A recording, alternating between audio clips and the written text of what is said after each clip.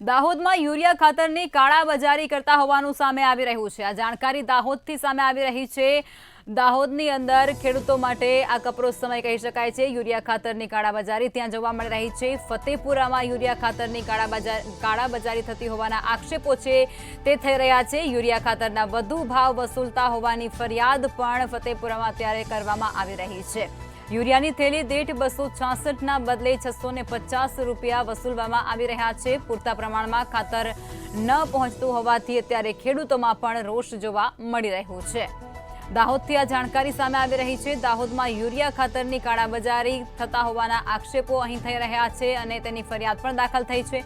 ફતેપુરામાં urea ખાતરની કાળાબજારીના આક્ષેપો ખેડૂતો દ્વારા કરવામાં આવી રહ્યા છે।